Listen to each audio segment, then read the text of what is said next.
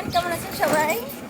বরিশাল আমার বিভাগীয় শহর হওয়া সত্ত্বেও কিন্তু বরিশালের আনাচে কানাচে ঘোরার সুযোগ হয়নি কোনোদিন। এবার যেহেতু একটু সময় পেয়েছি তো ভাবলাম একটু ঘোরাঘুরি করে নেই, একটু দেখা তো দরকার তাই না। প্রথমে আমরা গিয়েছিলাম বিএম কলেজে, সেখানে একটু ঘোরাঘুরি করে তারপরে আমরা গিয়েছিলাম 30 গোডাউনে। 30 গোডাউনের ওখানে একটা বৌদ্ধভূমি আছে। বরিশাল বৌদ্ধভূমি বাংলাদেশের মুক্তিযুদ্ধের এক গুরুত্বপূর্ণ স্মৃতিচিহ্ন।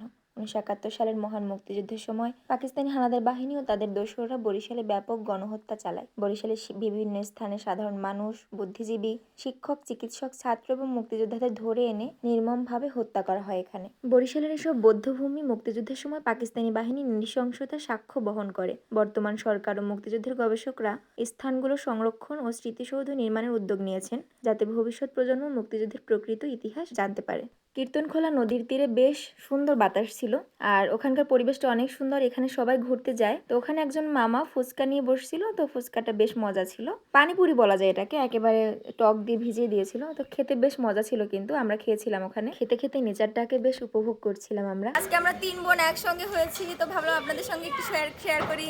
বলুন তো আমাদেরকে কেমন লাগছে 3 বোনকে একসঙ্গে? আপনারা বলতে পারবেন যে আমাদের মধ্যে কে বড় কে ছোট? এরকম হাজারো উদাহরণ আছে যে বোন বড় হয়ে গেলে ছোটটাকে বড় মনে হয়। যাই হোক, আমরা বিএম কলেজে ঘুরেছিলাম। যদিও রমজান মাসের কারণে লোকজন খুব কম ছিল, এবং এটা দুপুর 3:30 4টার দিকে ছিল, রোদ ছিল, এজন্য লোকজন কম ছিল, বাট আমরা তাও খুব এনজয় করেছিলাম। ঘোরাঘুরির সাথে কিন্তু খাওয়া দাওয়াটা একটা পারফেক্ট কম্বিনেশন। ঘুরতে যাবো আর খাবো না তাই কি হয়? কখনো এরকম কেউ হয়তো করে না যে ঘুরতে গিয়েছে কিন্তু খাওয়া দাওয়া না করে ফিরে এসেছে। আমরা অনেক কিছুই খেয়েছিলাম, ফুচকা, এই যে আপনারা দেখতেই পাচ্ছেন, কাচ্চি ডাইনে গিয়েছিলাম, ওখানে কাচ্চি খাচ্ছিলাম। যদিও কাচ্চিটা আমরা অতখানিও খেতে পারিনি, তবুও মানে বেশ ভালো ছিল খেতে। আমার কাছে মনে হয়েছিল যে ঢাকার যে কাচ্চি ডাইনের যে রাঁধুনি, তার থেকে বরিশালের রাঁধুনি বোধহয় বেশ ভালো। জানি না, হয়তো ক্ষুধা লেগেছিল এই জন্য মনে হয়েছিল। ওই যে কথায় বলে না, যার ভালো লাগে তার সবই ভালো লাগে, এটার জন্য বরিশাল যেহেতু ভালো লাগছে, এই জন্য বরিশালের খাবার দাবার, মাঠ ঘাট, রোদ রোদ, গরম টরম সবকিছুই ভালো লাগতেছিল, যাই বলি। তো খাওয়া দাওয়া শেষ করে আমরা আর কি ঘোরাঘুরিটা কমপ্লিট করছিলাম, মানুষ যেটা করে। খাওয়া দাওয়ার পরে অনেকটা টায়ার্ড হয়ে গিয়েছিলাম, তো মোটামুটি অনেকগুলো ক্লিপ নিয়েছিলাম, সবগুলো আপনাদের সঙ্গে শেয়ার করতে পারিনি। আমার বোনকে দেখতেই পাচ্ছেন, ও খুবই উৎফুল্ল মাইন্ডে ছিল, খুবই ভালো লাগছিল আমাদের ঘুরতে।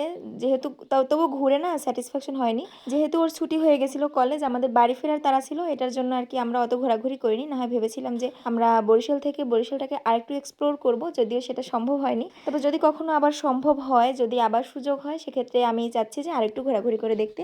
আপনারা যারা যারা কখনো বরিশাল যাননি, অবশ্যই চেষ্টা করবেন একবার বরিশাল ঘুরে আসতে।